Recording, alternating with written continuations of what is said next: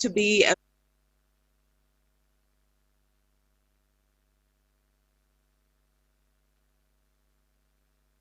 that you will help to make it very lively this afternoon.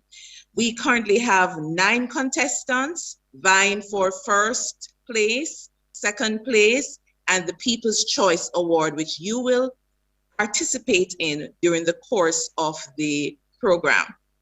My name is Yolanda Tugwell, and I'll be chairing the program throughout this evening. Just want to welcome you. We thank you for your patience. And at this time, I would like to invite Mrs. Pauline Nicholas, Head of Public Services and the coordinator of the 3MT program, to come and bring us some opening remarks. Welcome, Mrs. Nicholas.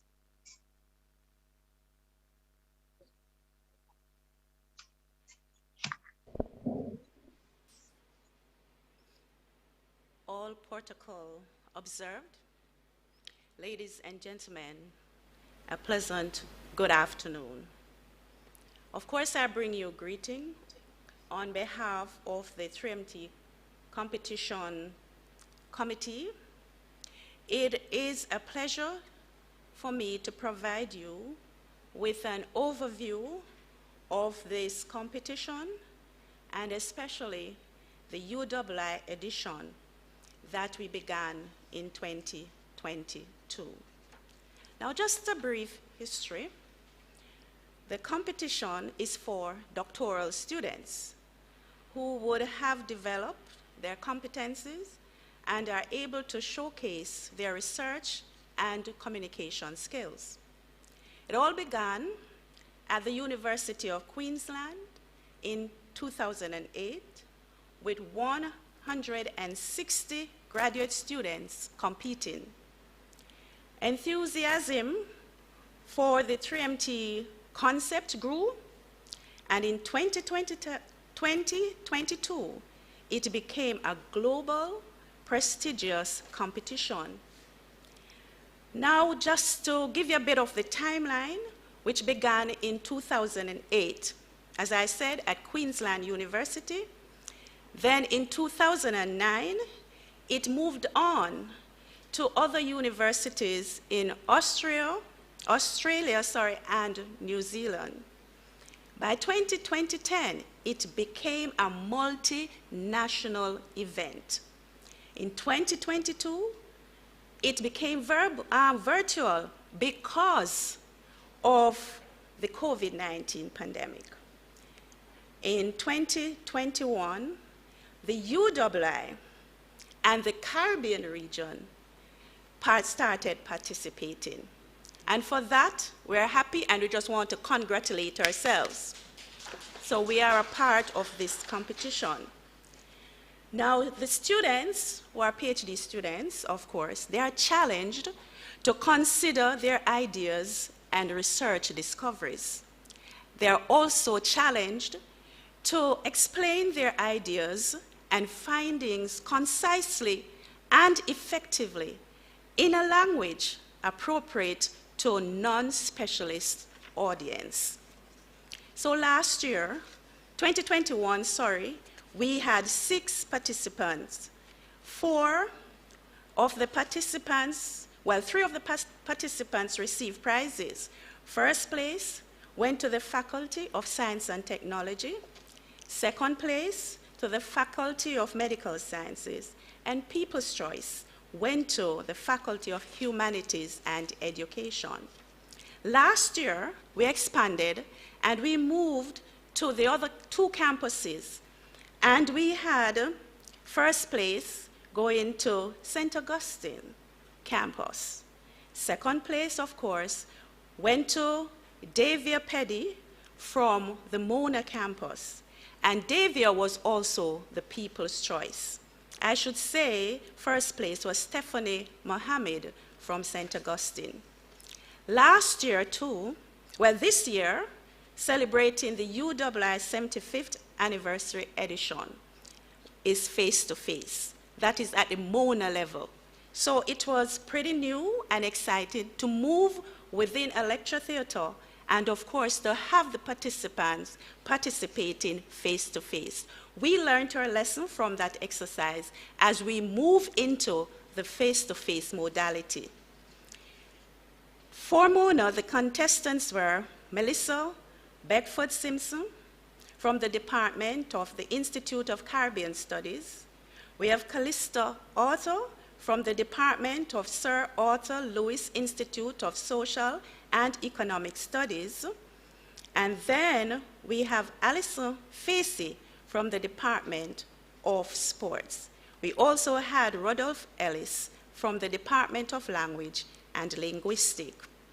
The rules, which I will just give an overview of so that you understand what basis we are moving, the judges will be preparing and of course giving their updates. Rules, just a single static PowerPoint slide is to be used. No additional electronic media, no transition, no movement from any of the slides, no additional props are to be included, and 3 minutes is the maximum. Mona had a challenge when one of our members went over 3 minutes and so was penalized. And it must be, of course, the spoken word, and that will come through via videos that were sent in. The presentations, of course, commence when the presenter starts the presentation, either through movement or speech. And you commence on stage. That is when the video commences. The final words from the judges, that is what is taken into consideration. It doesn't matter how we feel, but their words carry the weight. All right, so we would have the criteria. They are going to look at the comprehension, how much we understand the thesis, how it is communicated, of course, the impact or the significance of this paper, and it should be clear and logical. How engaging the presentation is also a matter that will be taken into consideration. Look out for the eye contacts. Look out at how they handle the stage as they are there. All of these we want to take into consideration as we go through. So this afternoon, I say thanks to our sponsors. Our main sponsors are the Graduate Studies and Research here at Mona campus. We also have EBSCO Host Information Services. They should be online. And we have Promenade Company Limited, also should be online. Our winner at the UWI level will, of course, receive a trophy, that is the TRMT trophy, and a grant award of $650 US, or its equivalent. So that's about 100 US, 100,000 Jamaican dollars. Then we have the runner-up will also receive a trophy and an award, a grant award of $400 US. And the People's Choice will also receive a trophy and $300 US. All participants will receive a certificate of participation. We also have a few gift certificates that are coming in, and these will be given out to the relevant members. So to our esteemed judges and our committee members, we say thank you. Thank you all for the hard work. I'm not the person moving the vote of thanks, but to tell you the truth, when I see everybody pulling together, and even those who are on sick leave decided to come back and help to make this afternoon's program a success, I have to say thank you. Thank you, thank you, thank you, and have a great evening.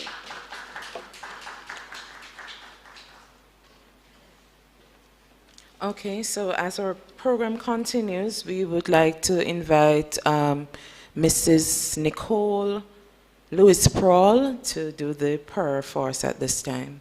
Public Services Librarian.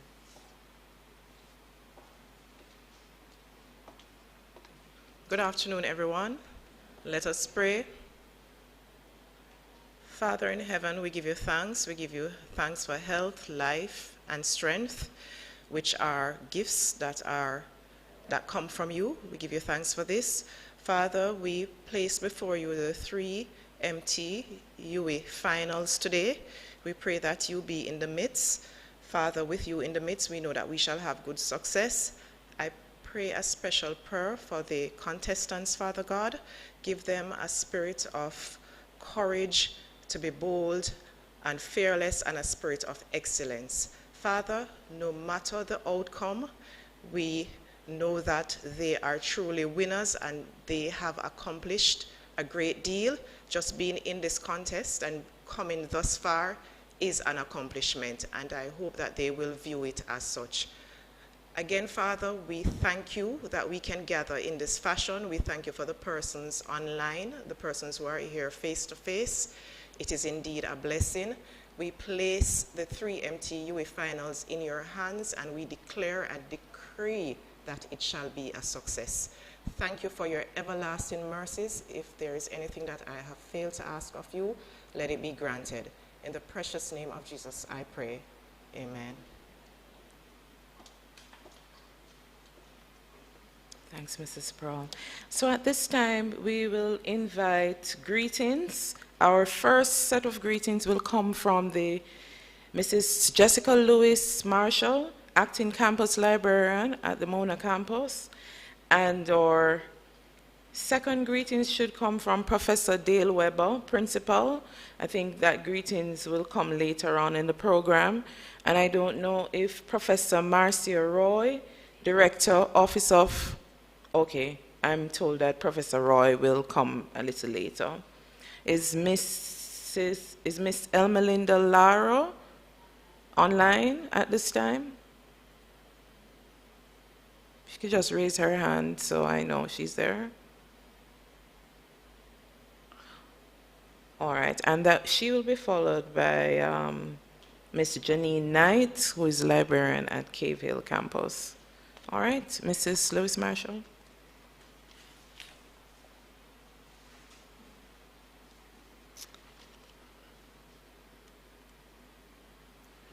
Good afternoon, everyone.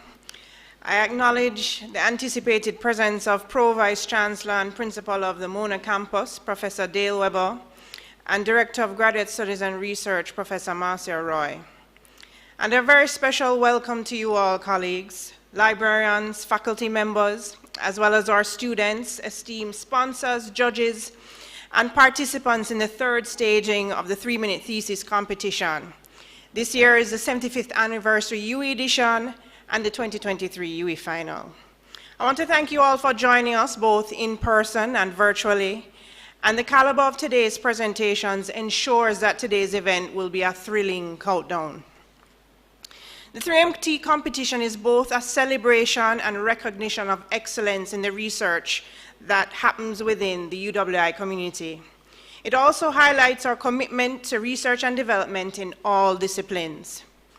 This competition is a means of helping the University of the West Indies cement our brand of being among the top 1.5% of universities in the world and promote the university's excellent research reputation globally. As you would have heard, the 3MT competition cultivates students' academic, presentation, research, and communication skills. And this mission is in perfect alignment with the Mona Library as we seek to support the teaching, learning, and research of the University of the West Indies. And with today's final, we are highlighting UWI's research output and soon-to-be graduates. We are especially pleased to be connecting the campuses through doctoral research, as our finalists represent 3 of the 5 campuses of the University of the West Indies: Mona, Cave Hill, and St. Augustine. I'm also pleased to mention that we are able to join the 3MT competition due to the collaboration with our partners, the Office of Graduate Studies and Research, and our sponsors, Prominent Company Limited, EBSCO Services, EBSCO Information Services. Thanks again for joining us for this momentous event, and you can look forward to an engaging program ahead.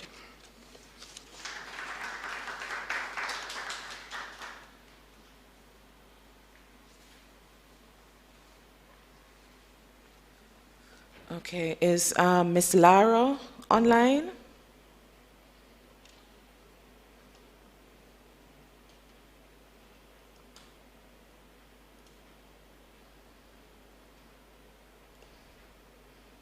Okay, I don't see Miss Lara. Is Miss Knight online? Okay. Greetings from Careful Campus and on behalf of our Thesis committee. I am Janine Knight, medical and chair of the committee. I had the pleasure of doing my part to ensure that Careful Campus is represented again at this second university-wide 3-minute thesis competition. I join my colleagues and extend a hearty welcome to each of you. I am also grateful for the fact that you have taken the time from your busy schedules to support us and our participants. Once again, welcome, and I do hope that you enjoy this afternoon's competition. Thank you.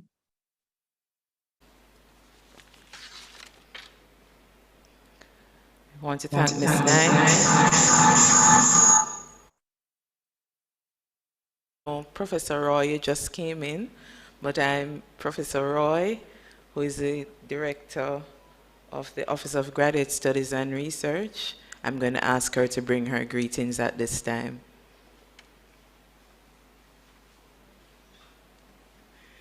Thank you very much, ladies and gentlemen. I'm sorry I missed the competition, but we were with UNESCO and the cosmetics company L'Oreal, and they're going to be providing fellowships or scholarships for our graduate students, so I just had to be there. I'm sorry I missed the other part of the competition, but the Office for Graduate Studies and Research has been partnering with the library, and I say it's not a partnership now, it's a real relationship, because we've been doing it a few times with this 3-minute thesis competition, and every time I sit and listen to those research students, I know that the future is in good hands because of what those students can do. So we hope to continue to partner with the library to continue to do this competition, and all the best to the contestants.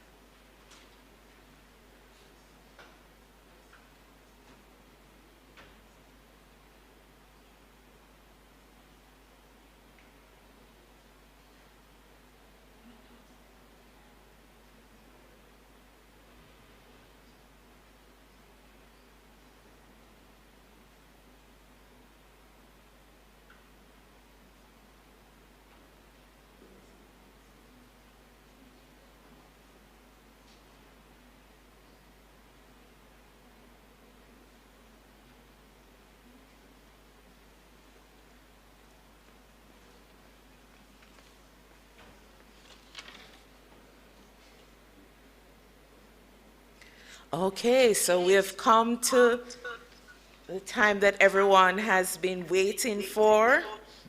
And at this time, we will have our video presentations from our 9 contestants, or 9 competitors. So we will begin with the St. Augustine campus participants, and I'll name all of them, so the videos will play simultaneously. Our first contestant is Amanda Ramdas, and she's coming from the Faculty of Science and Technology. So her video will play at this time.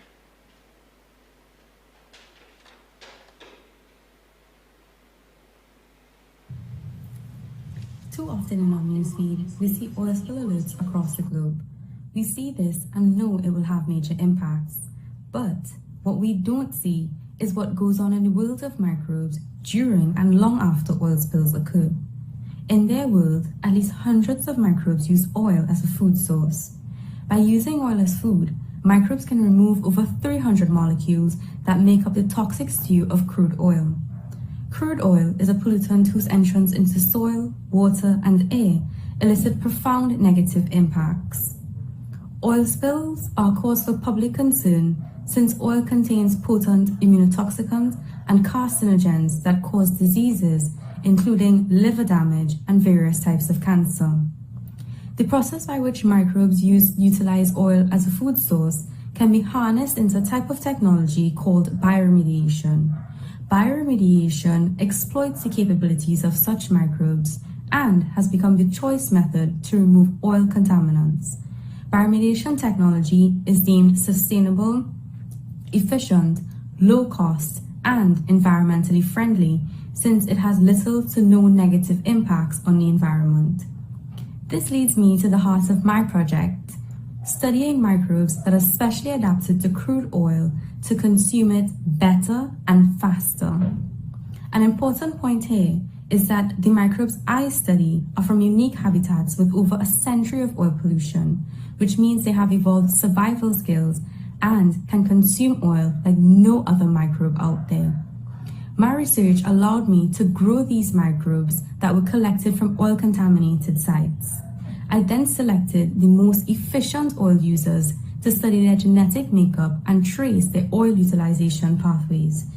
Through these rigorous experiments, I was able to make exciting and new discoveries. These discoveries included unique genes and enzymes unlike those found in any other oil-degrading microbe, including species never before reported. By studying their DNA, I found that these microbes may also have the capability to deactivate other priority pollutants such as heavy metals and toxic dyes. These microbes have enzymes that, when used in industry, can lead to significant reductions in CO2 emissions. These insights support the use of microbes in controlled and innovative bioremediation strategies. And so it seems that by looking into the microbes world, we may finally be able to obtain a viable solution to remedy oil spills sustainably for a cleaner and safer future.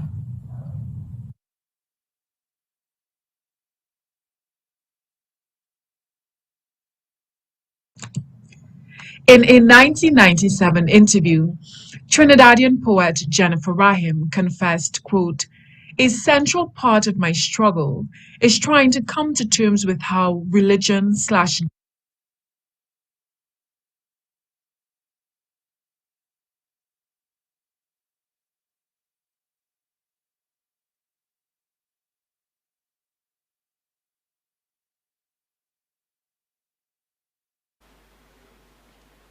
So please start back.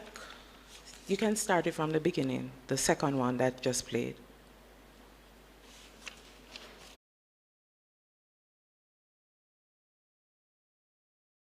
Jamie Pear from the Faculty of Humanities and Education. And after her will follow Amara Felix Toussaint from the Faculty of Social Sciences at the St. Augustine campus. You can go ahead, Mr. Preston.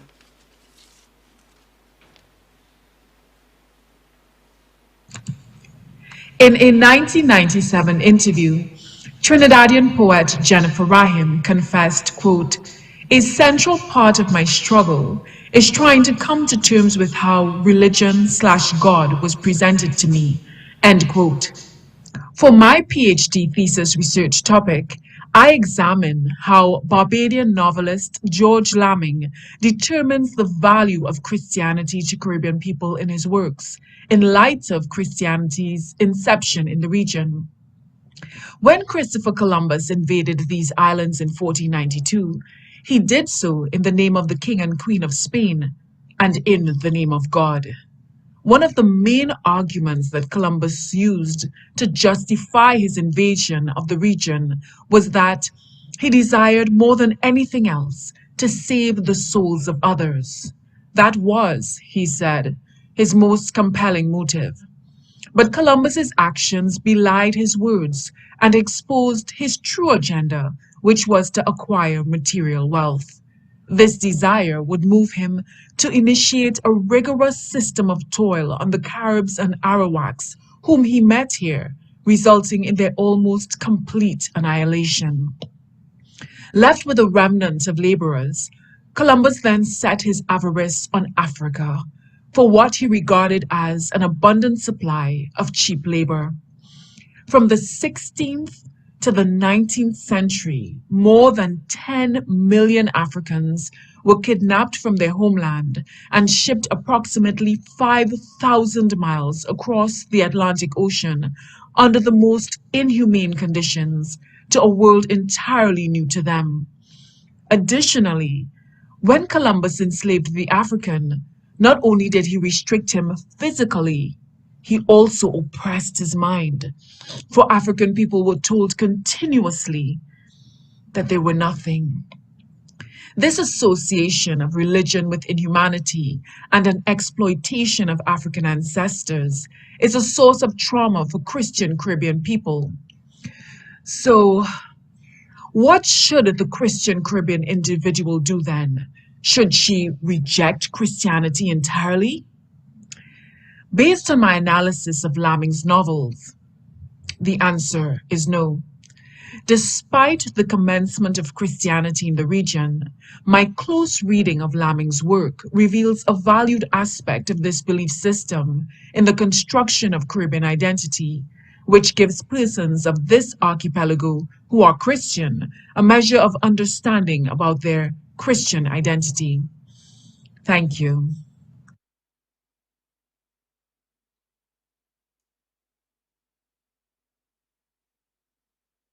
What are some of the more popular sports in our region?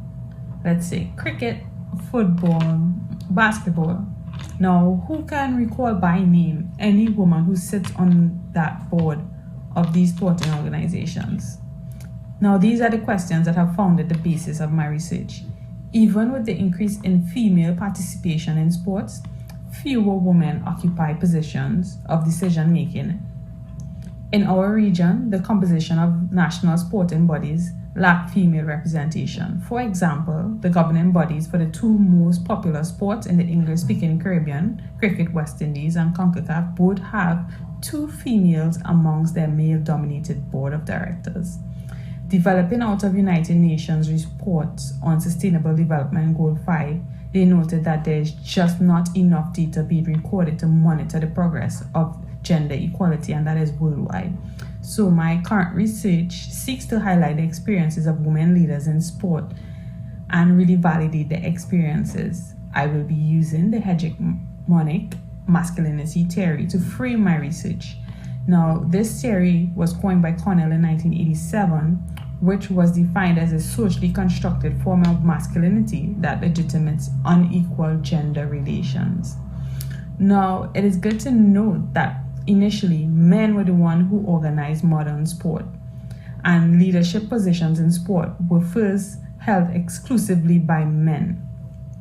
Most of the current literature reflects Europe and more developed westernized cultures that frames gender within their own socio-cultural paradigm. So it is important to have a more reliable and valid data from women in our region in their own words. The method of sampling to be used is purposive sampling. Purposive sampling aims for saturation based on the willingness of participants to articulate their experiences through what I'll be using open-ended interviews, which are known to be an empowering experience for women as they are given the opportunity to share their perspectives and be heard. For data analysis, I'll be using thematic analysis, which is a method that allows for the identification of patterns and recurring words and themes from the personal experiences shared via the interviews, and really allow teams to emerge, and those teams and will be formed relationships with phenomena and linked within the data collected and reconstructed to highlight the important findings that seek to answer my research questions. This new data can be used to inform strategic appointments and decisions in sporting organizations. It is definitely no better time than the present to let women shine. At this time, the judges will deliberate for a few minutes, so we will send them to the breakout rooms.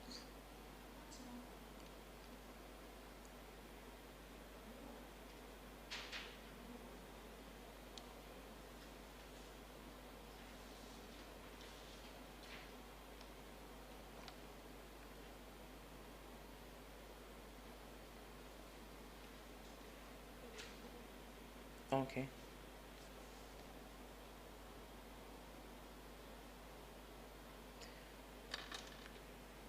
All right, so we'll proceed with our Mona Campus participants. The first participant video to go up will be Alison Facey, and Alison is coming from the Faculty of Sports, and she's here in person. We have Calista Author, and she is coming from the Faculty of Social Sciences. And in person, we have Mr. Rudolph Ellis, coming from the Faculty of Humanities and Education. So, Mr. Preston, we invite you to play those 3 videos. Thank you. The year was 1992. David Lawrence, an English cricket fast bowler, was taken out of the game for an injury he sustained to his knee during his run-up. Little did he know that after only completing 4 career games, that game would have been his last. Advanced movement science, if we had it at the time, would have not only been able to correct his delivery stride, but also would have anticipated and quite likely prevented his career-ending injury. The delivery stride of a fast bowler is important. Theoretically, movement science tells us that the forces generated by the legs are transferred to the hands and then ultimately to the ball. For maximum transference of that force, it requires that the delivery leg or the front leg be kept straight at the point of ball release. 30 years later, through high-speed cameras and a motion capture system, I am exploring the incidence of front knee collapse in junior fast bowlers across the country and how this compares to their low limb muscle strength and their ball release speed. We gathered 23 junior fast bowlers across the island and outfitted them with 3 reflective markers on their hip, knee, and ankle in order to capture their delivery stride. We then entered these points into the system and plotted them to find out exactly the degree knee bend on each bowling attempt. Now, although we're still in the process of data analysis, what I can tell you so far is that 100% of our sample of junior fast bowlers are in fact collapsing their knee at the point of delivery. We also found that there are generally slower ball speeds associated with greater knee bending, and that these 2 factors share a relationship with their lower limb muscle strength. The truth is, these findings are in keeping with the studies coming out of North America so far, but this particular Caribbean study, will continue to challenge the literature and ask the questions of the science so that we can save the next David Lawrences, so that the Caribbean won't just be lovers of sport and cricket, lovely cricket, but that we'll also be defenders of our athletes and championing them in technique enhancement and injury prevention. After all, it's for this reason we do research. Thank you.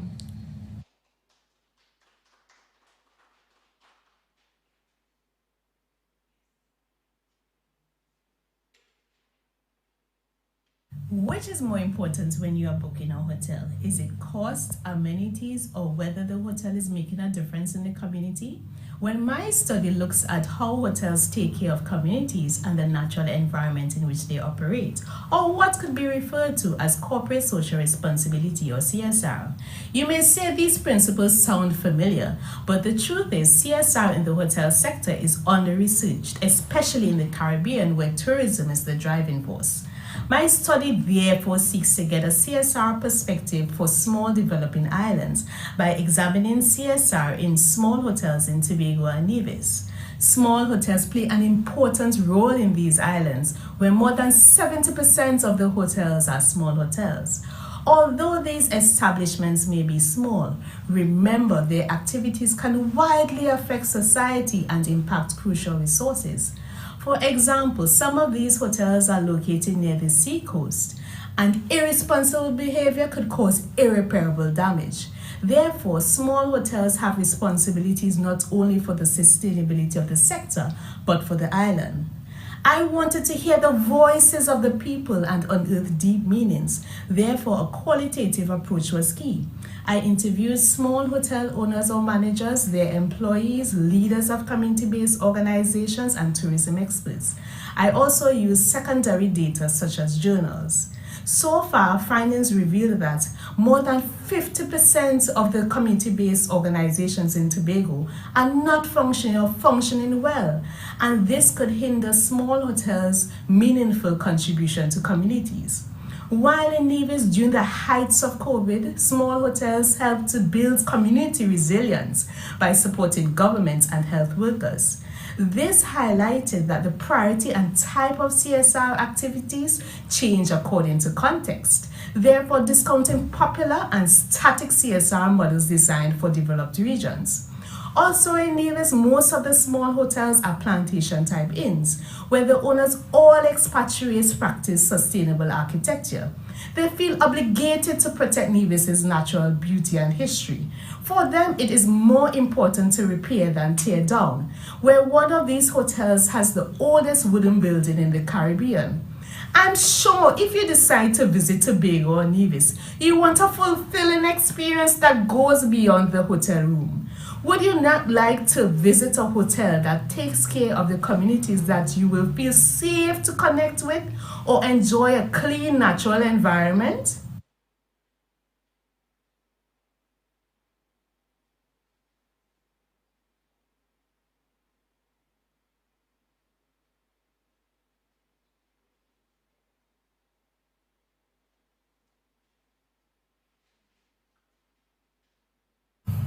The growth and stability of any society lie in its philosophical foundation. The question that this raises is why, as yet, has the Caribbean not been able to make pronounced this foundation, even though we have come a far way from those days of slavery and colonialism when our ancestors were exploited and deprived of making their own philosophical views known. The challenge that Caribbean writers and authors face is the need to distinguish between two experiences, one, that of our ancestors under slavery and colonialism, and two, our own in this post-colonial era. But what if I should tell you that there was a method that has achieved making this distinction possible? Ladies and gentlemen, welcome to the Humane Discourse. This is a methodology that will bring all the tools from the qualitative and philosophical toolboxes to rethink how writers and authors write about the post-colonial self. Prior to the discovery of the humane discourse, Caribbean writers and authors tended to integrate and fuse together the experiences of our ancestors who lived under slavery and colonialism with the experiences of those of us who now live in the era of freedom and independence. The humane discourse represents an empirical, logical, and rational framework that reflects both on how the existential realities of the Caribbean experiences are characterized in the narratives and the importance of separating them in order to document how our worldviews have been transformed since the post-colonial era. The research examined the primary and secondary works of 10 prominent Caribbean writers, such as C.L.I. James, Sylvia Wynter, Marcus Garvey, among others, through the archival methodology. Now, we must turn over a new leaf and work out new concepts to expound on the grandeurs of freedom and independence in the experiences of the new Caribbean man whose philosophy is on the verge of coming of age. Thank you. Okay, so we will continue with our Cave Hill participants. And they are Dexter Elaine from the Faculty of Humanities and Education, Gloria Haynes from the Faculty of Humanities and Education, and Irika Jelani from the Faculty of Culture, Creative and Performing Arts. Let's hear it for our Cave Hill campus participants. Let us recall our past school experiences. Moments of adventure, discovery, and joy spring to mind. However, student voice seemed more dreamy rather than real. In the orchestra of school, despite the desire to be sounded, student voice was at rest. Presently, research indicates that little has been done globally to create opportunities for students to participate in or influence decisions that impact their educational experiences and future. Nonetheless, student voice is a term that permeates the secondary school landscape in Barbados, and rightly so, considering Barbados ratified the United Nations Children's Rights Convention in 1990. Article 12 of the UNCRC safeguards the right of every child to express their views, feelings, and wishes in all matters affecting them, and to have their views considered and taken seriously. Still, perspective of student voice is dichotomous. Some educators assert that student voice sounds boisterously in schools, while some students claim these educators to be tone deaf. When are we ever included, they wonder. Hence, this study seeks to investigate how student voice is practiced in Barbadian secondary schools. Through interviews and survey instruments, it will unravel the mystery of how student voice is truly perceived by students and educators and determine if there's a difference between what is said and what is actually done in schools. This nested sampling research will also bring to the fore the challenges that derail the institutionalization of student voice and harmonize organizational structures that effectively facilitate student voice initiatives. Now let us reimagine education. Student voice is amplified and is the norm of education practice. Student critical thinking, creativity, and innovation are communicated, and collaborative relationships between students and adults are realized. Student perspectives are no longer ignored, but acted on in all spheres of educational matters. Schools are indeed places where both adults and children pine to be. Genuine student leaders abound, and the education system is transformed. Success is the graffiti that adorns our schools. There's an elephant in the room, but how many have seen it? Destructive leadership behavior is rearing its ugly head within organizations, and it appears that the school is no exception. The once hidden secret of workplace abuse is rapidly being exposed in the corporate world. The extant literature, for example, Blase 2010 and Aravina 2017, reveal the workers' voices of the impact of leaders' public ridicule, humiliation, bullying, toxic administration, and the like on their mental health, productivity, and psychological well-being. But what is happening within the walls of the education workplace? Little is known of this elephant within the annals of Barbadian schools. It is against this backdrop that my exploratory mixed methods research seeks to ascertain the occurrence of destructive leadership behaviors in school and the effects, if any, on the teacher's mental and physical health and psychological well-being. Knowledge of these issues among teachers or workers is crucial to the goal of providing effective schooling. Let's face it, if teachers are suffering from these negative experiences, it is likely that this would affect their performance in the classroom and lead to follower relationships, which are sacrosanct to maintaining effective schools. I intend to employ convenient sampling involving gatekeepers, those who hold the knowledge of persons experiencing workplace abuse. This will be punctuated by the snowballing technique, each one, reach one, to further garner those who are willing to share their lived experiences. To manage or allay any fear of reprisals, I intend to employ all necessary ethical protocols and conduct the study in settings external to the schools. Barbados stands on the cusp of education reform. As stakeholders and policymakers seek to reimagine education, wouldn't it be wonderful if these negative experiences of teachers are seriously addressed?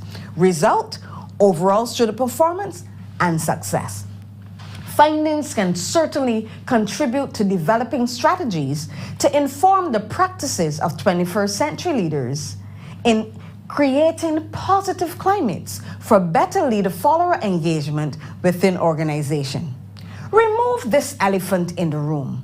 Let workers get to practice their craft in a wholesome organizational climate.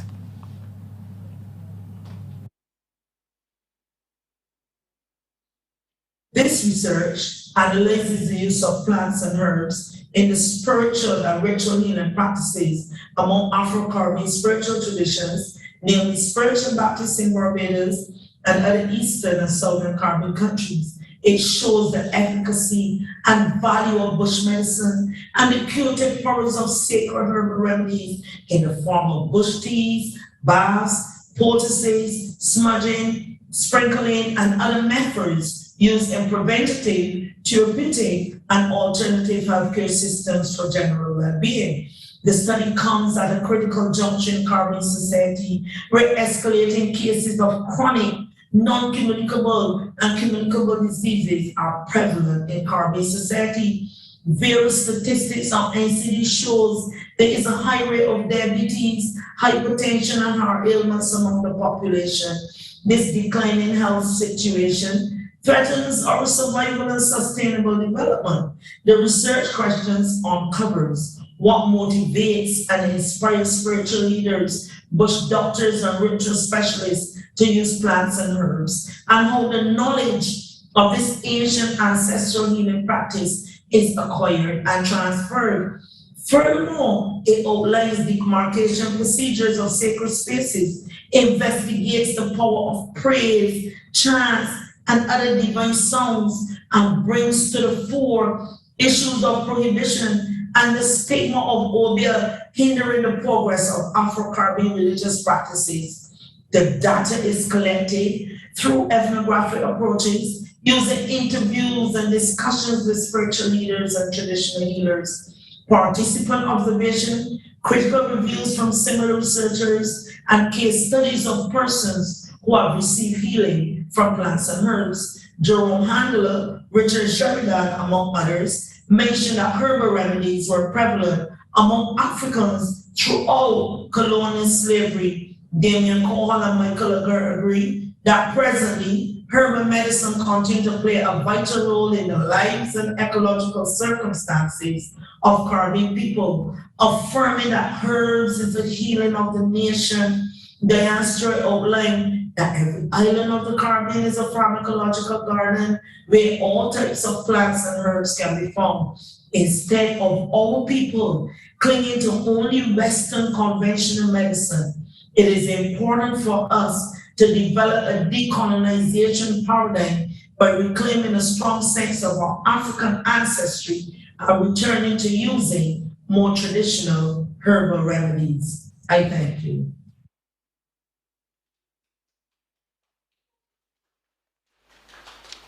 So let's have a round of applause for all our competitors.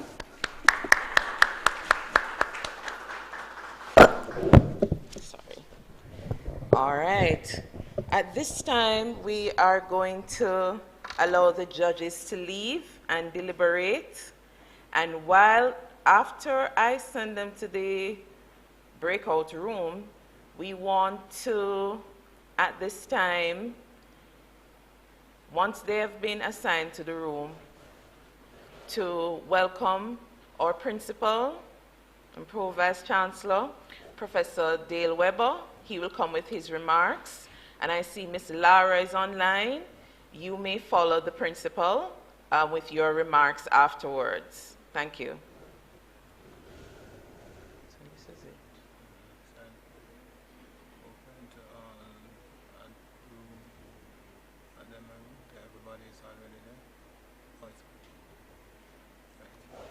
So what you're going to do?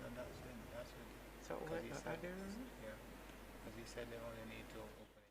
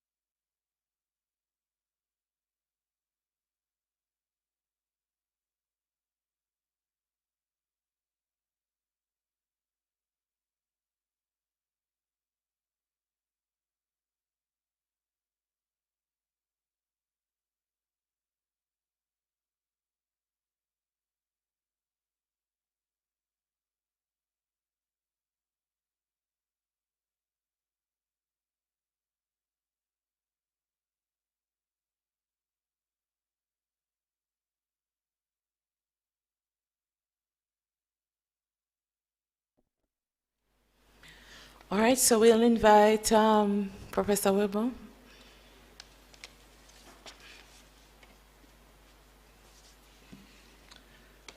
Thank you very much, Mr. Tugwell, our chair, coordinator, and librarian.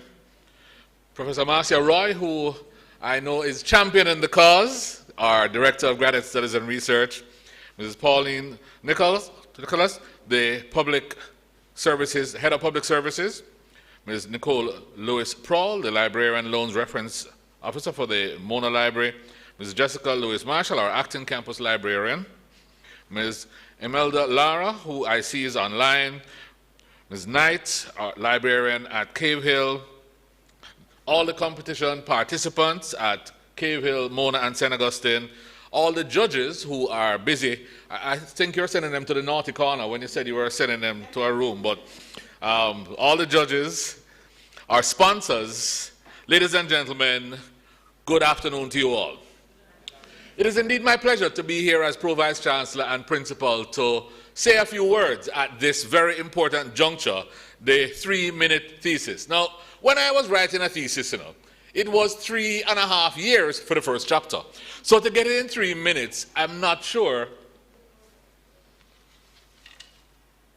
how we're going to work that one out. They're good? But it is indeed a pleasure to be here and to hear some of the presentations. Something that started 15 years ago, perhaps as an experiment, is now mainstream. It's now a part of every university that I can think of who wants to get their students and their research out there. It's been facilitated by the School for Graduate Studies and Research and the library, who better to put together the needs of a student who is doing a PhD to try and get the most out of their research. The interesting question, therefore, is how do you get an 80,000-word thesis down to 3 minutes? Well, I figure they go through a lot of coaching, a lot of temperamental discussions, and you take a really deep breath and let it out. It requires creative thinking, cultivating the researcher's academic prowess as well as the communication skills, and the sense of purpose to be able to plan, organize, and make it happen. But there are some benefits to the students, which I recognize just listening to them. It allows the individual to get compelling oration. I know that many times we can articulate, but we tend to gesticulate at the same time. Here you get to do both, but you get to do it in an organized fashion. It allows the candidate to weigh the strengths and weaknesses, because in that 30,000 words, you need to get it down to like 300. So strengths and weaknesses come out very clearly. And it gives exposure, because now we're doing it not just at Mona, we're doing it at St. Augustine and Cave Hill, the entire UWI is at work, and we're doing it beyond, because I know that other campuses of other universities have taken this on board. I don't know if you know this, Jessica, but the State University of New York actually is listening in, or have gotten a broadcast, podcast, maybe it's through UWI TV, of what happened last year, and are comparing it with what they do on theirs. I got that from a colleague there last week. At the institutional level, we gain a lot, because now all campuses are working together and know more about what's happening. Just listen to that talk a few moments ago about traditional medicine. It's something that we've been pushing both in biotechnology and in life sciences, and we perhaps have opportunities to do more work together. It also allows our PhD students to get that sense of accomplishment, that their work is reaching a far wide audience. I wish to take this opportunity to thank the library, as well as the School for Graduate Studies, for being focused, determined, and enthusiastic in getting this on the road and continuing. I know that dates had moved, I know that circumstances have changed, but you stuck to the task, you ensured that we're able to deliver yet again on this awesome opportunity.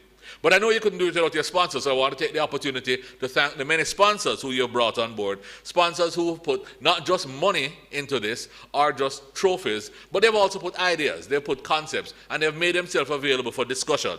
I think research, which is the heartbeat of the UWI, if you compare ourselves with the other 60-odd tertiary institutions operating in the Caribbean, it is graduate studies and research that makes the difference.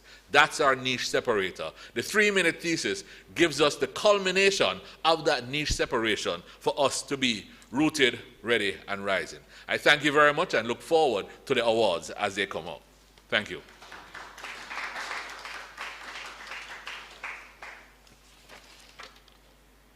We want to thank our principal. At this time, I will invite Miss Lara, who is online, to go ahead. Thank you, Madam Chairman. Good afternoon, Principal, and good afternoon to all my colleagues on the sister campuses, and to all our participants and supporters in this competition. I'm Melinda Lara, and it is my pleasure to bring greetings from the St. Augustine campus and to wish all our participants the very best in the final version of the competition. It is heartening to witness the expansion of the competition at UWI, from the Mona campus in 21, just one campus, to now 3 campuses in 2023. And I'm hopeful that there will be further expansion regionally. I also want to add that the campus libraries are supportive of the competition and supportive of the researchers or the participants. And in collaboration with the faculties and graduate studies, we will continue to promote the competition. We will encourage greater participation among our PhDs, and we will provide the resources necessary for PhD research. Once again, good luck to all our participants in the competition and all success in the future. I thank you. Miss. Hello. Hi, Miss Lara. I want to thank Miss Lara for her greetings. At this time, I will ask that the video showcasing our judges be played.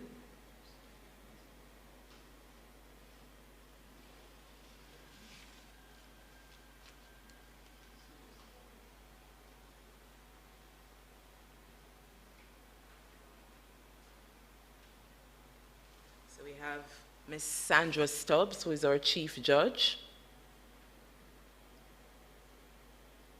Dr. Darren Brown, who is at the Cave Hill campus.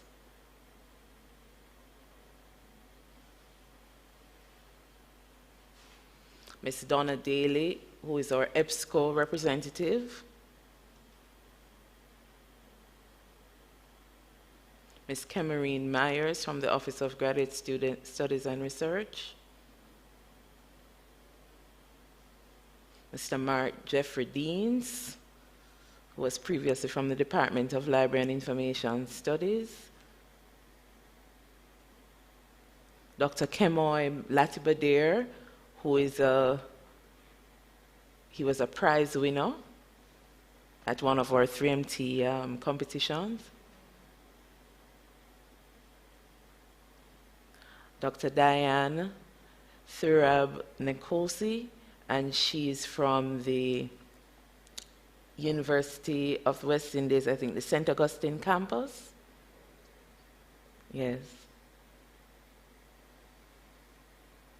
All right, so those are our esteemed judges. Let's give them a hand. We'll now show the videos of our sponsors, our valued sponsors, and we have persons such as Promenade Company Limited, EBSCO Information Services, the Office of Graduate Studies, and we want to invite Mr. Preston to push that forward.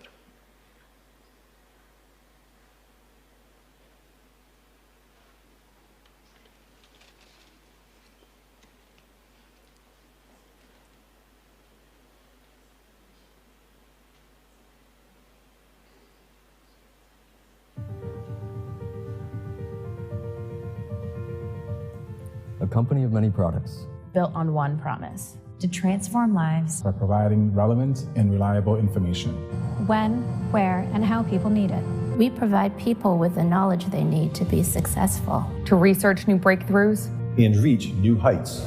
With every customer, physician, librarian I help, commitment we make, issue we help resolve, with every clinician we train, story I hear, book they read, with every line I code, platform I create, database we release. We are working to help users reach their potential and achieve their individual successes. Through our vision, action, and innovation. By improving access to information, creating workflow enhancements, to change the way they work, and turn search into research. We are EBSCO Information Services. EBSCO Information Services. Jesteśmy EBSCO Polska. We are EBSCO Information Services. احنا EBSCO Information Services. Somos EBSCO Information Service. Nous sommes EBSCO Information Service. Merhaba, EBSCO Ankara ofisimize hoş geldiniz. We are EBSCO Information Services. EBSCO Information Service. Wir sind EBSCO Information Services Augsburg. Wir sind EBSCO Information Services in Berlin. Gleichzeitig EBSCO Information Services in Nederland. Noi siamo EBSCO Information Services. We are EBSCO. EBSCO #1. We are EBSCO Information Services. This is our EBSCO. Welcome.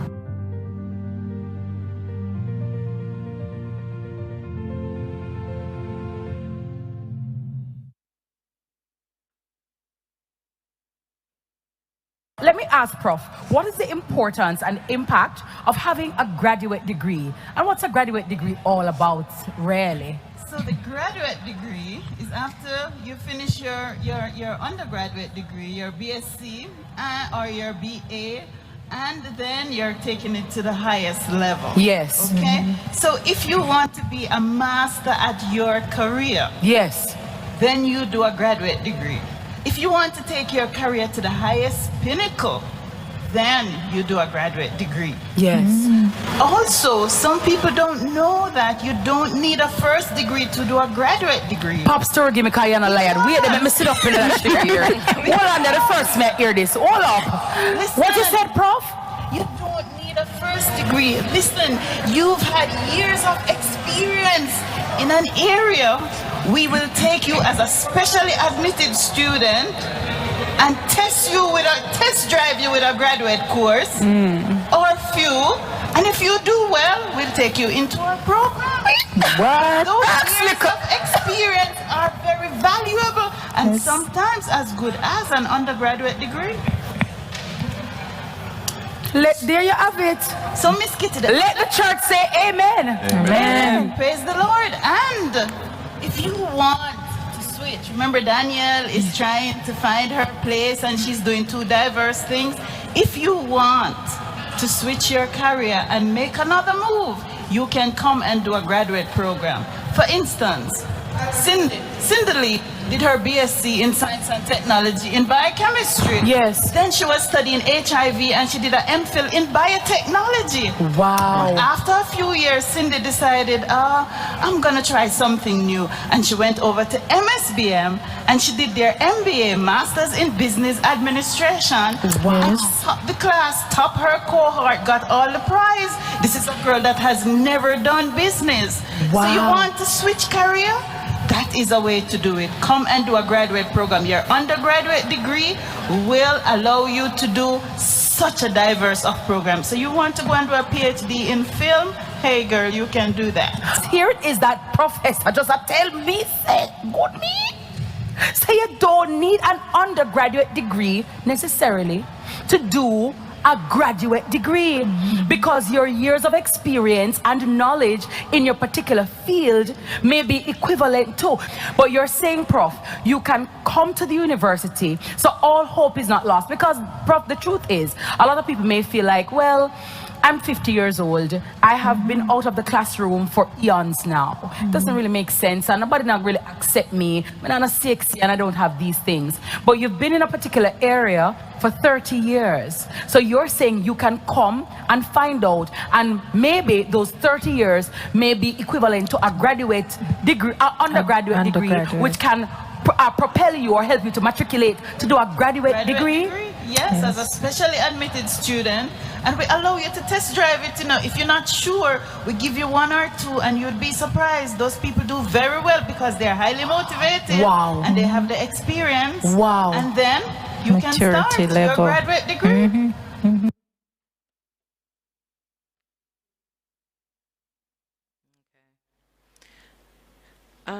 At this time, persons who are online, you're able to vote for the People's Choice Awards. So the link has been shared with you, both on Zoom and on YouTube. So we invite you to vote for the People's Choice Award at this time. In addition, is the representative for Promenade here? If they are, we invite you to say a few words.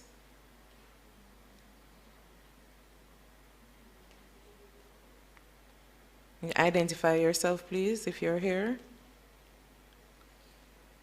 Okay. All right, so no answer. So at this time, I'm going to invite Mr. Preston to play the testimonial by Dr. Stephanie Mohammed.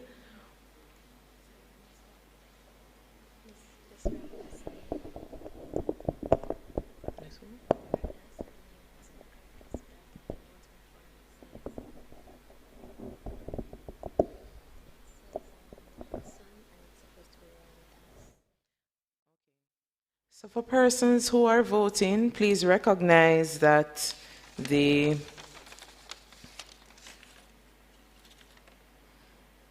St. Augustine participant is Amanda Ramdas. So whatever you see there, her first name is there, Amanda. So you may go ahead and vote for her if that is your choice. All right, sorry for that. We apologize. So I'll invite Mr. Preston to play the videos from Dr. Stephanie Mohammed and Dr. Kemoy Letibadir, who were winners of the competition in previous years. Thank you. Good afternoon. Today, I come before you as a proud winner of the 2022 3MT competition and as a representative for the Department of Physics, Faculty of Science and Technology here at the UWI St. Augustine campus.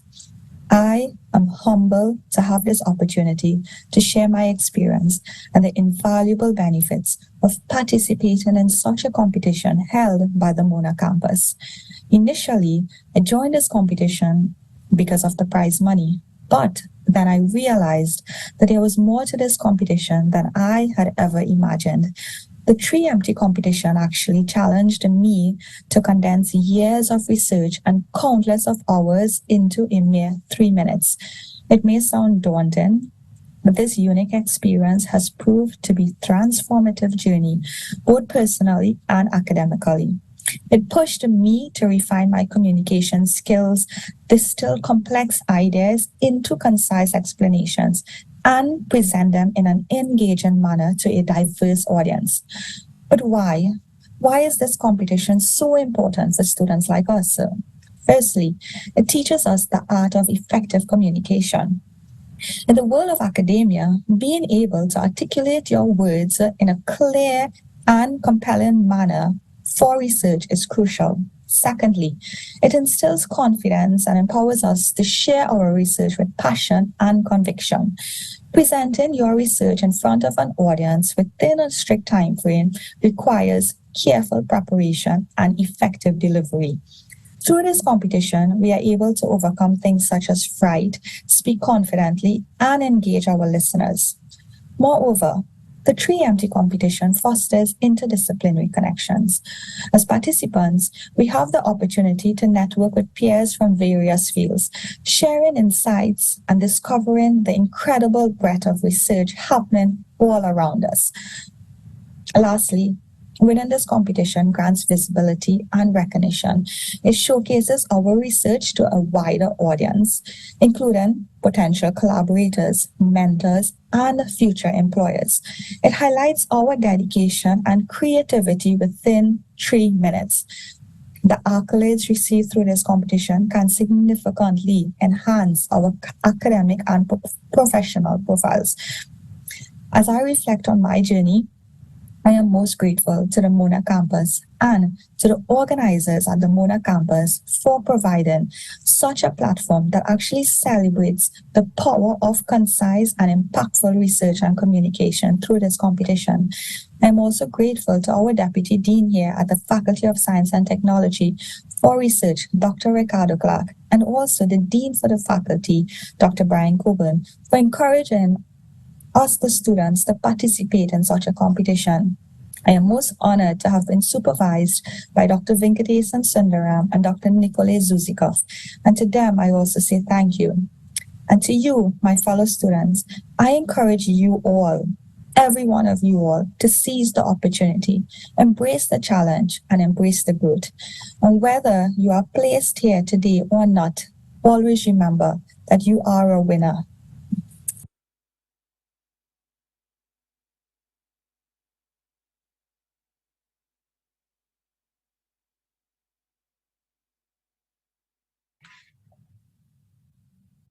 Hi everyone, I am Kemori Lachibudir, and I'm the first runner-up for the UWI Mona 3-minute thesis competition for the year 2021.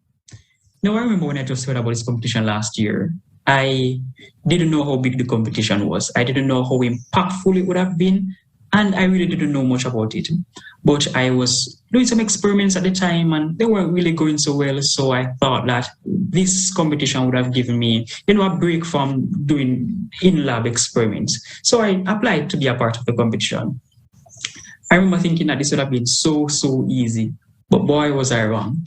While preparing for the competition, I realized that it was challenging, but not challenging in the sense that it's very difficult or cannot be done, but more like it challenged me to be a better person in terms of presenting my findings. Because in order to be successful at this competition, there are certain skill sets that are required. You have to be excellent at presenting, excellent at communicating, and you have to be able to communicate your findings to a non-specific audience. That can be challenging, I can tell you. But when you think about the grand scheme of things, that's exactly what we researchers are expected to do. We're expected to present our findings to a wider audience and expected to present the significance of these findings. So we have to be excellent at communicating and presenting. So this competition actually gave me the opportunity to really sharpen those skill sets. And I can tell you that today, I am much more confident in presenting, I am better at communicating, and I am just better all around in terms of presenting my findings. Also, it gave me the opportunity to really assess and evaluate the significance of my findings. Now, I know all of us would know our research. We know the implications of our research, but I don't know if many of us have taken the time out to see how significant these findings can be to the wider society. And trust me, this competition gave me the opportunity to really sit down and critically evaluate what these findings can be. Also, it was fun. It was fun and it was competitive, and I really enjoyed it. You know, I am usually more zoned into my discipline, so I usually know what's happening in terms of my area, but this competition also gave me the opportunity to really see the research that are being done across the campus in a variety of different disciplines. And it was eye-opening, to be honest.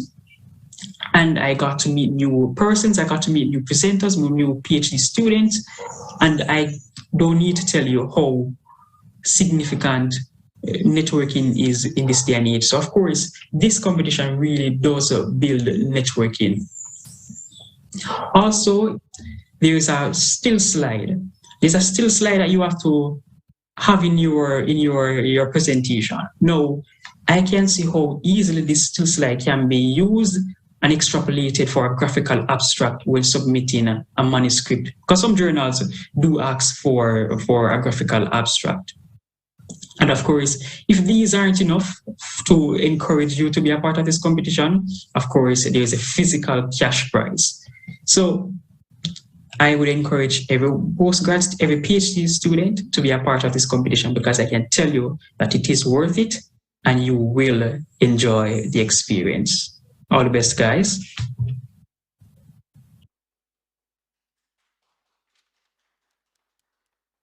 Okay, at this time, I'm going to ask, since the judges are still deliberating, I'm going to ask Mr. Preston to replay all the videos for all the contestants at this time.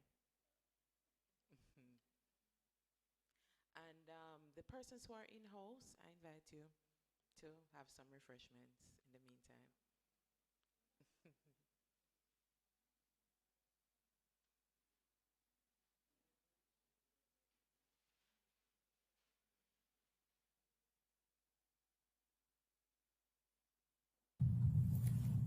Too often in our newsfeed, we see oil spill alerts across the globe.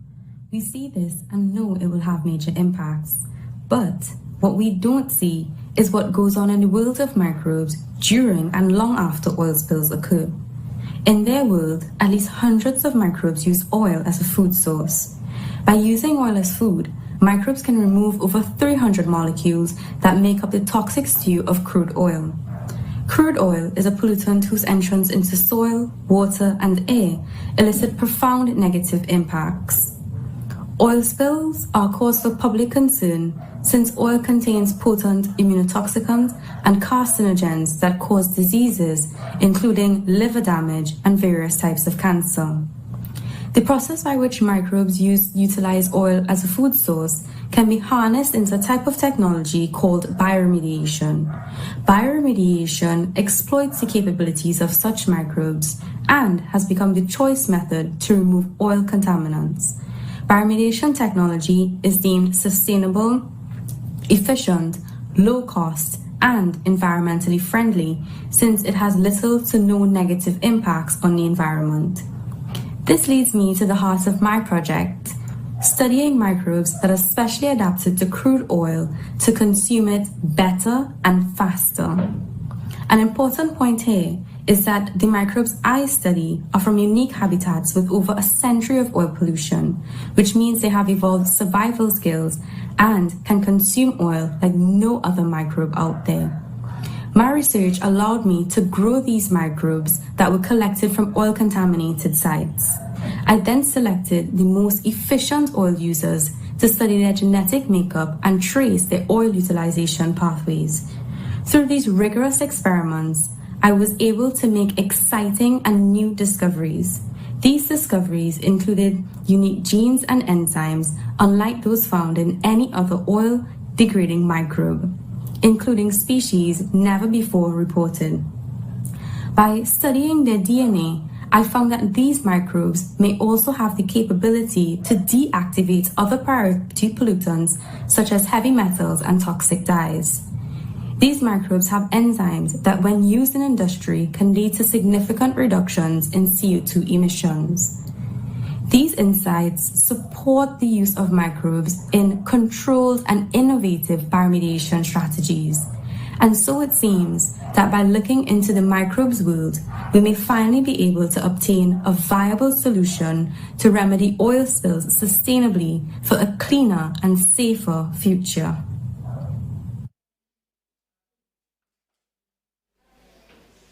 All right, so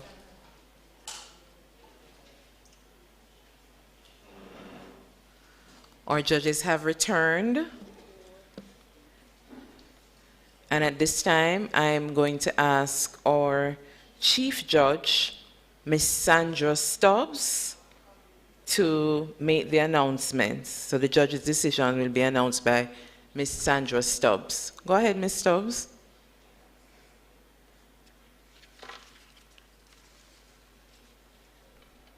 Thank you, Madam Chair. Good afternoon, everyone. It was a pleasure hearing all our participants.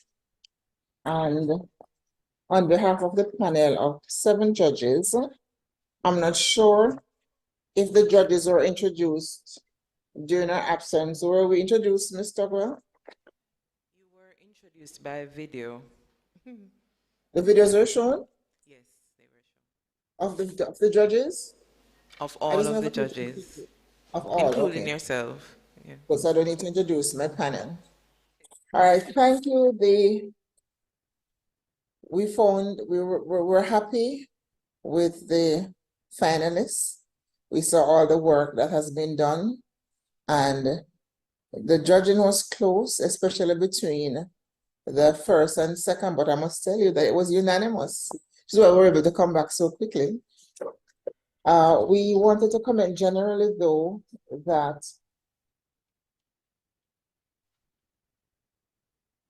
some persons spend quite a bit of time on their background and less on the methodology. You know, under the comprehension, what your method and objectives were, what the data would address, and not just a gloss over. I want to congratulate everyone. I'm glad that you're all winners already at the campus level.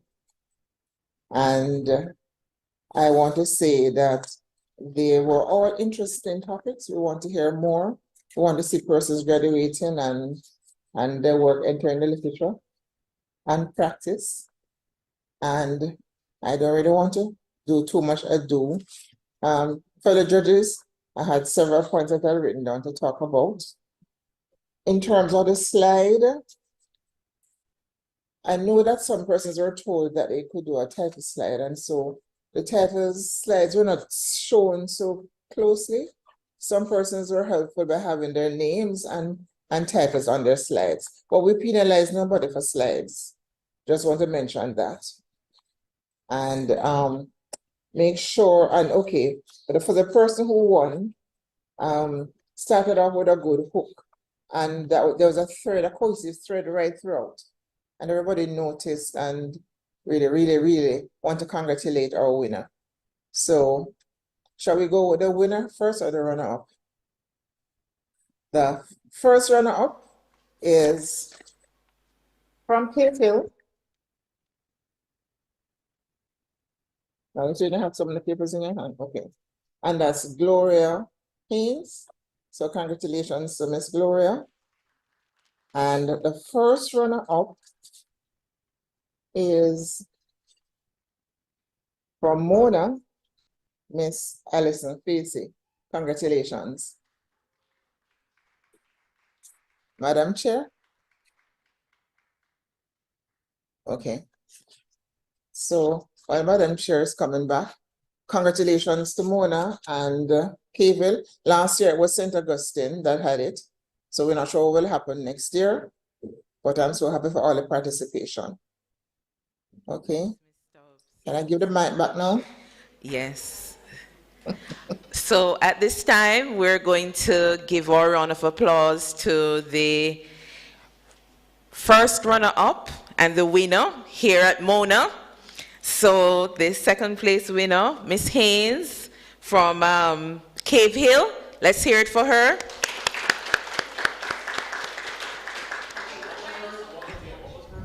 Hers, in terms of education, she's from the Faculty of Humanities and Education at Cave Hill. Yes, yes.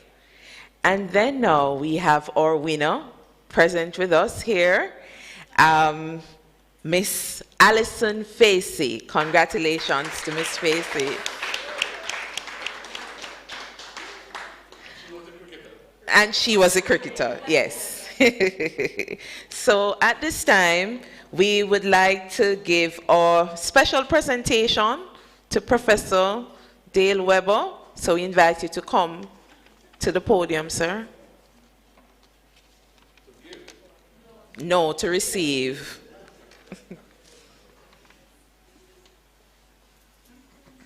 So I'm going to invite Miss Rosemary Runcie, who was selected to give this special presentation, to join us here. And just before Ms. Runcie comes, I want to say that it is on behalf of the TRMT committee. Professor has been with the TRMT from its very inception, and he has always contributed tangibly to not just his verbal support, he has always given to the Mona, the winner at Mona, and this year is no exception. And especially for the fact that he will be, help me, leaving very soon that chair, we want to say the rest of it is Ms. Runcie.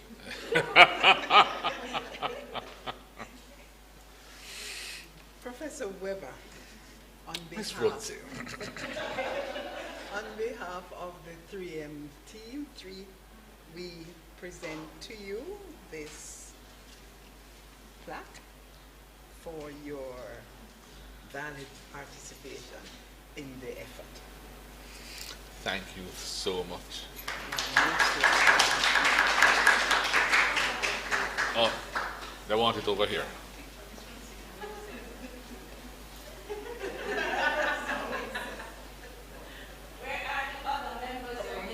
Yeah, with the rest of the team. Yeah, the team, please. Come over there. Over there.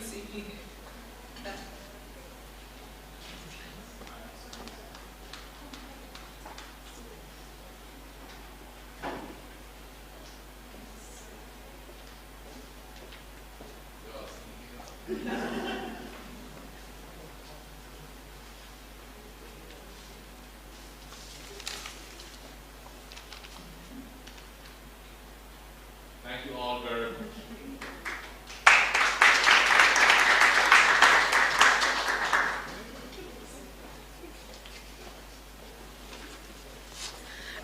Sir, please don't sit down.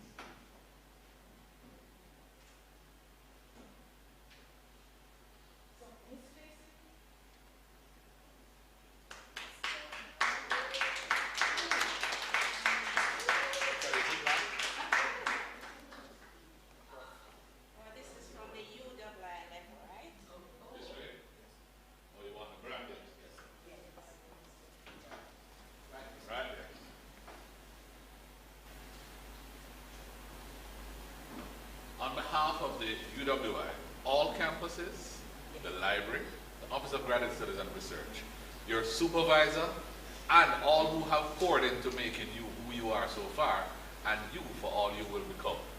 Heartiest congratulations.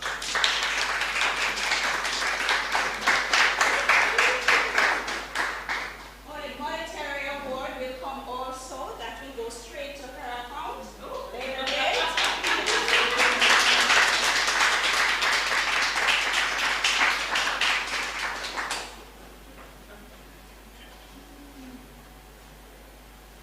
Don't spend it all at once. Congratulations.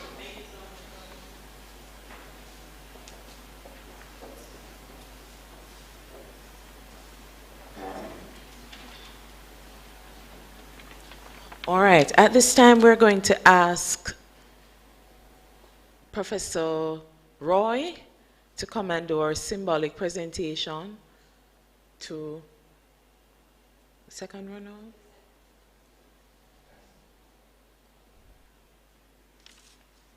So that would be Miss Gloria Haynes. So Miss Haynes, you'll get your stuff at a later date. So we'll do a symbolic presentation to you at this time, since you're not here in Jamaica.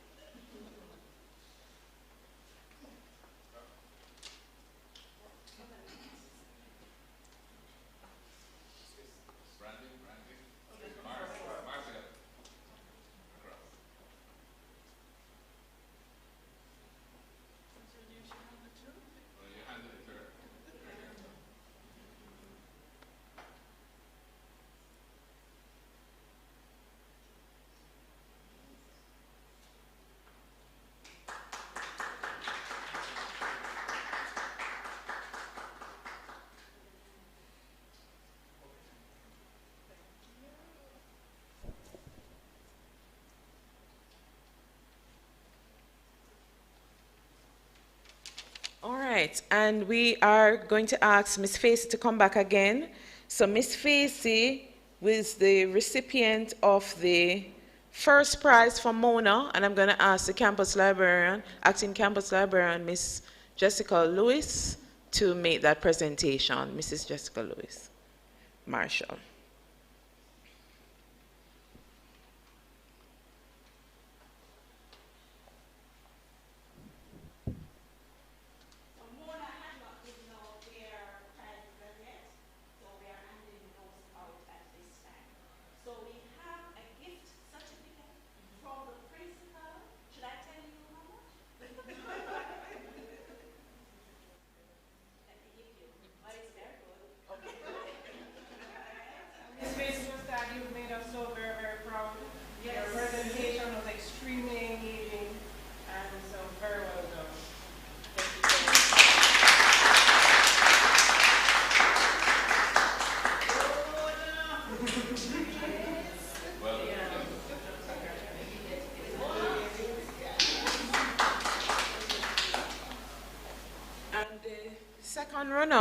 The first runner-up for Mona, Miss Callista Arthur. She's not here at this time.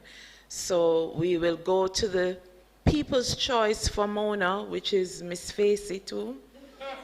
So, and I'm going to ask Mrs. Nicholas to do that presentation.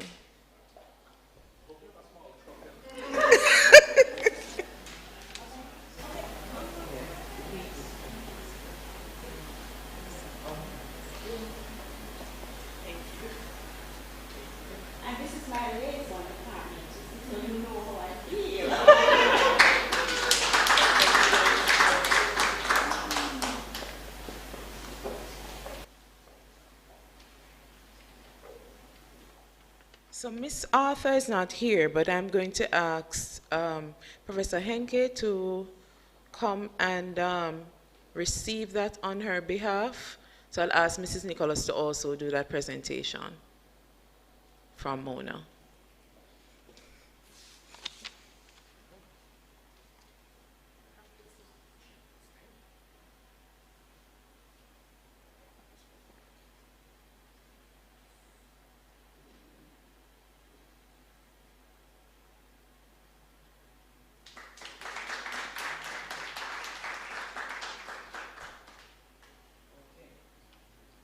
So online, we had the People's Choice Awards for the UWI Awards, right? And it looked like Miss Facey really is going to need a truck. Yes, she's going to need a small truck because Miss Alison Facey, you are also the People's Choice Awards for the UWI Finals. So we congratulate you. You're a real winner today. So we invite you to come up again, and I ask the campus librarian again, the acting campus librarian, Mrs. Jessica Lewis Marshall, to do that presentation for us.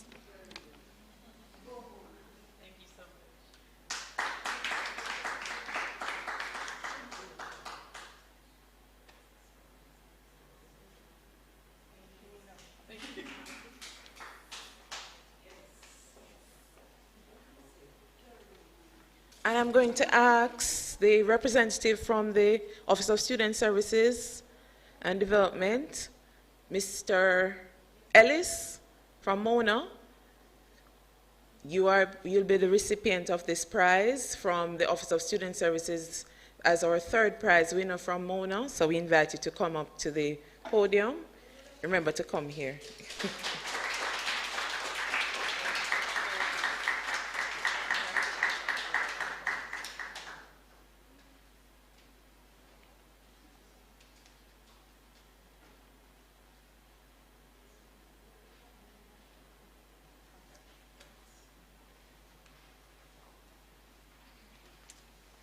All right, so we have a host of prizes and there are certificates to be had afterwards. So I guess we'll mail them to Cave Hill and St. Augustine.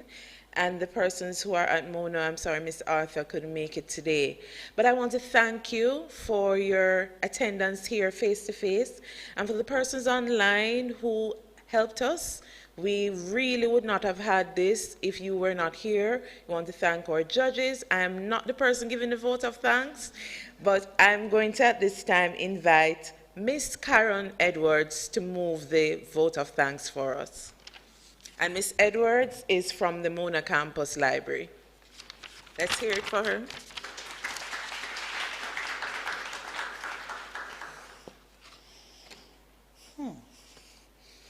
Ladies and gentlemen, with all protocols observed, I wish you all a good afternoon. First of all, let me tell all the finalists, well done, well done. And I think we can all agree that this has been a successful event. Now that we are at the finals, the award ceremony. Very impressive presentations by our PhD candidates and proof positive that the university is indeed at the top of its game in the area of research and study. Again, well done to all who participated.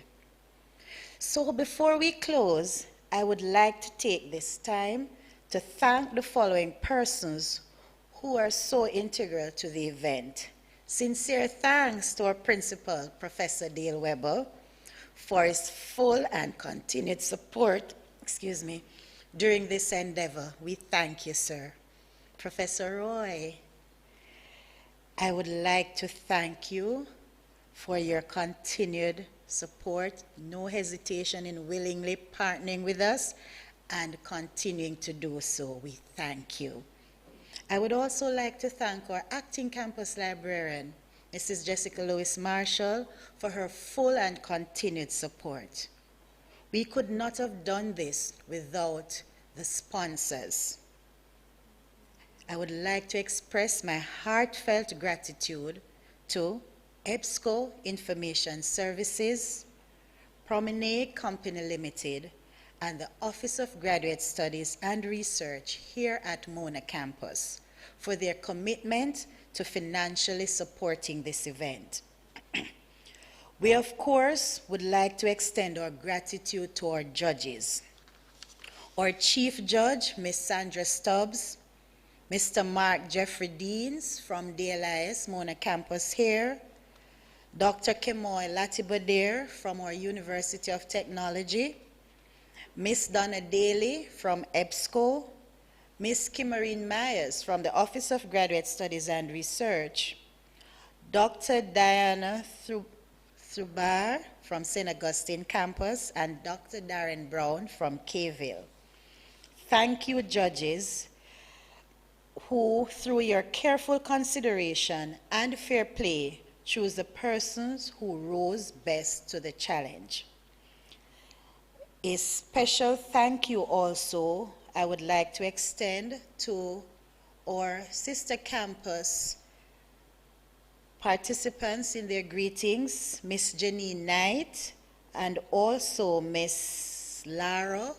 Thank you so much for bringing greetings on behalf of our fellow campus through this competition. Participants, thank you. A special thank you to the team, Mrs. Nicholas. It has been a long haul.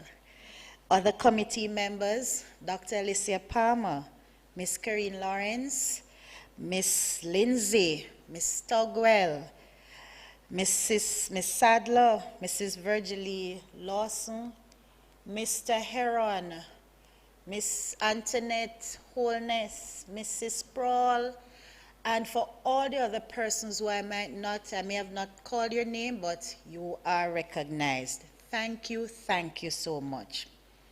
And it has been such an honor to be a part of this wonderful event. A big round of applause and thanks to all the participants who made this competition a memorable one. Finally, I would like to thank everyone, both in person and virtually, for making the time to be with us today and helping us make this event a grand success. Thank you all.